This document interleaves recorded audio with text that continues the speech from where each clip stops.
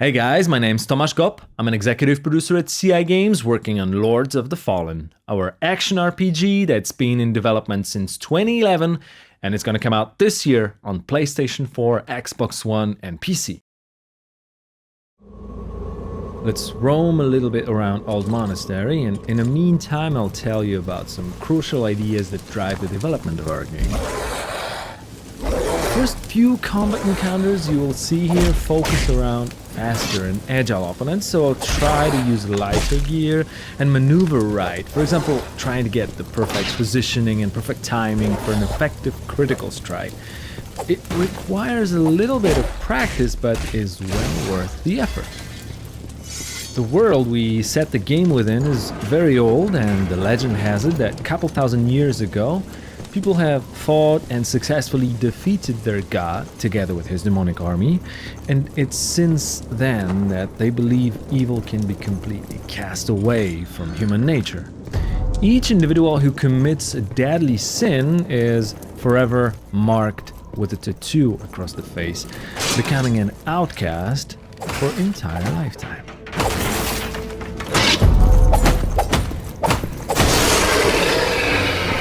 Anybody here? Harkin, our hero, has a very dark past behind him, and because of that, when the demons, or the Roger as we call them, started to reappear, he is assigned to face the threat. It's almost as if people believe that they can fight evil with evil. Oh, and by the way, it's worth mentioning that we really put a lot of work into highlighting the feeling of intense duel within each single one-on-one encounter that you will come across. Here, this next enemy normally would not be much of a hassle because he's mainly attacking from a distance, but surprise, surprise, there's a second one. So we gotten ourselves into more or less a 1 versus 2 situation. If I want to be extra efficient in situations like this, I always try to pull off a special dual-wielding combo with the daggers. It requires the timing, but the DPS is definitely worth the try. The game will also unlock new worlds for you to explore once you advance on the story path, but the ones you just left are not locked away from you. It's not only possible, but also very encouraged to re-explore the places you've already visited, and the new areas will open up, presenting you with new loot and new opponents.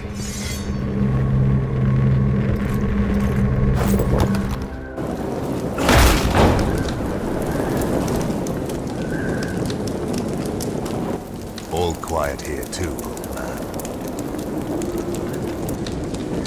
I'm not leaving without answers.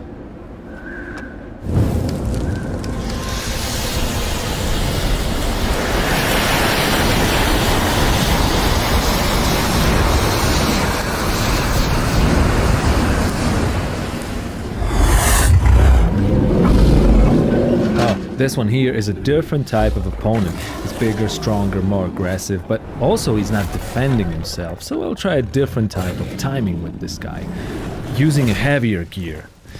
Since we're not a slasher, certain things will not work, like mashing the button, for example. Blocking, well, that probably won't get you far in the long run. So let's set the pace right here. I'll get in, wait for time to deal slower and stronger strike, then get out, rinse and repeat. It's quite useful with heavy weapons like this hammer, and you can even charge the attacks. Another one bites the dust.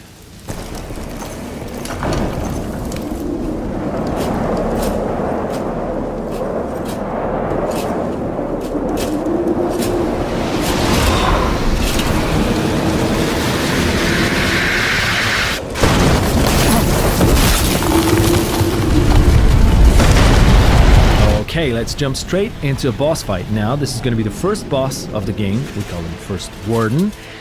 And we wanted him to resemble an honorable knight, fighting and obeying his demonic codex.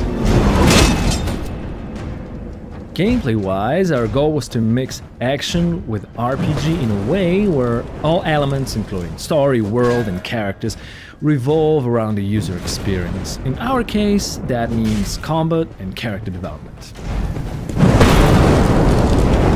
Basically, there are two main pillars of combat in Lords of the Fallen: melee fighting and magical, supernatural skills. The first one is fairly tactical and rewards players who like the feeling of learning and that special sense of becoming proficient at game mechanics. The magical side of Lord's combat, on the other hand, even though it's not covered in this video, is designed to feel very spectacular and powerful. But that is also not the only reward that comes with using it. Our goal was to give players the means to distribute the process of learning how to play the game along the time they choose. You'll always be able to use magic at times when the difficulty spikes, so it's up to you if you want to use advanced strats instead, especially if that might get you a better loot. There are 3 character classes that you can choose from at the start of the game: Warrior, Cleric, and Rogue, and they will determine the set of spells that manifest your playing style.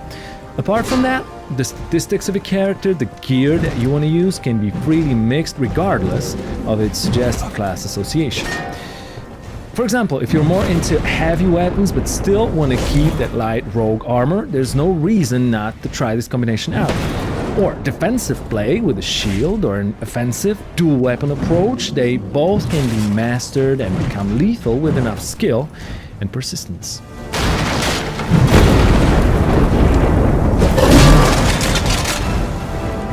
The last stage of the first Warden fight is where it gets interesting, because we finally managed to destroy the shield, making him a bit more vulnerable.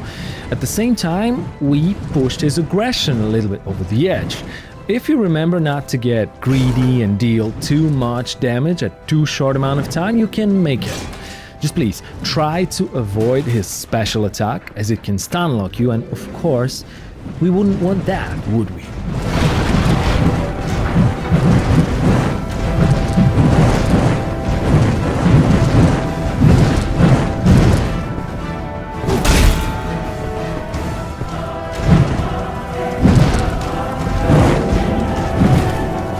Thanks a lot, guys. That's the first gameplay from Lords of the Fallen, and of course, there's way more to come, so keep your eyes on our website and fun page. We want to make sure you know everything you wish about our game before it gets to your PlayStation 4, Xbox One, and PC.